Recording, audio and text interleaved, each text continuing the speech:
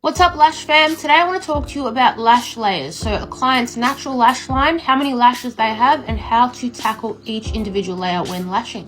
So not everyone's lash lines are the same. Some people have their follicles further apart and some have a really high density where the lash follicles are right next to each other. These tend to be people with thicker lashes. Generally, people have 3 layers of their lash line, the top, middle, and bottom. Some have less, some have more. However, the main 3 are what you need to worry about. And if they do have a 4th thick lash line, you can lash that as well. If your client has a really dense lash line and all the follicles are really close together, it's sometimes hard to separate each layer. We tend to lash 2 layers instead of 3 because their lash line is already really thick.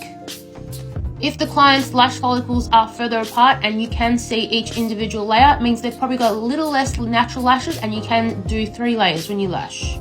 The easiest way to go about lashing layers would be to start with the top layer, then gently tape each layer back to finish the next row.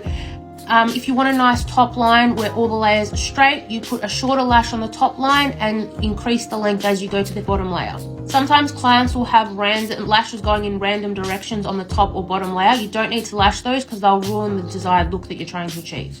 If you lash in layers and apply the same length to each layer, the lash line won't look nice when you're finished. It'll look all over the place. So next time you're lashing someone, take a closer look at their density of the follicles and their lash lines, and always remember to use a shorter lash on the top layer to make sure you have a seamless looking set by the end of it. Like and follow for more.